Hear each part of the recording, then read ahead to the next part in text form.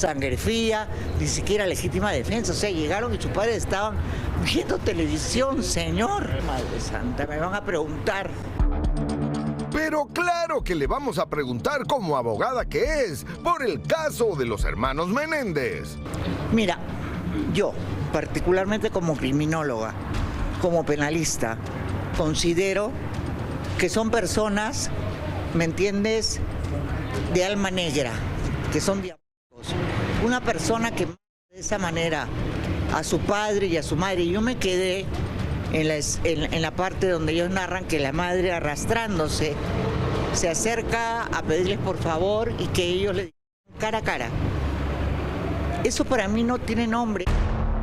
Pues más claro ni el agua. Esa historia de los abusos yo no la creo, porque ellos tuvieron psiquiatra durante años y que el psiquiatra nunca supo que los habían abusado. O sea, la gente presenta síntomas, yo he tenido miles de casos en mi programa terribles, presenta síntomas, trata de alejarse de su agresor, pero nadie, a su padre o a su madre, ¿me entiendes? Eso para mí es un índice de maldad espantoso, pero bueno, es lo que Dios quiera, ¿no? Y es que ahora dicen que hay posibilidades de que los hermanos Menéndez pasen el Día de Acción de Gracias en la calle con sus familias. Si van a salir libres, yo digo, qué bonito, ¿no? O sea, salen libres dos personas que mataron a sus padres, a su propia sangre.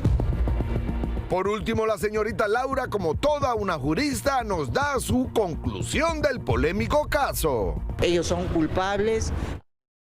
Sangre fría, ni siquiera legítima defensa. O sea, llegaron y sus padres estaban viendo televisión, señor. Y al día siguiente comprando joyas, carros, gastándose el dinero. ¡Wow! ¡Cuánto dolor de abusos tenían!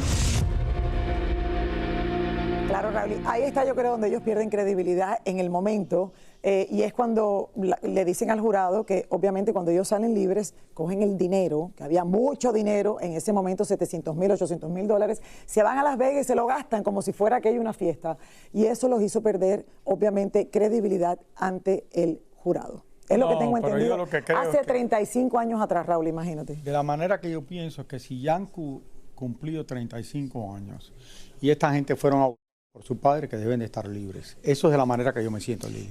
Yo no me sé el caso, no he visto tampoco la serie. Yo conozco Netflix, el caso desde hace muchos años. Y yo creo que lo más acá. importante es cuál es la evidencia de que hay, de que verdaderamente fueron abusados, Raúl, por los padres. Y el padre es un ejecutivo de la música. Sí, claro. Importante, entonces. Claro, súper conocido en su momento y bueno, y obviamente. Y aquí hay otros cantantes que integrantes de Menudo, claro. Famosos que conocían de eso. Que también testificaron, Raúl. No que conocían conocían del padre y estaban. Este hombre era muy, muy famoso.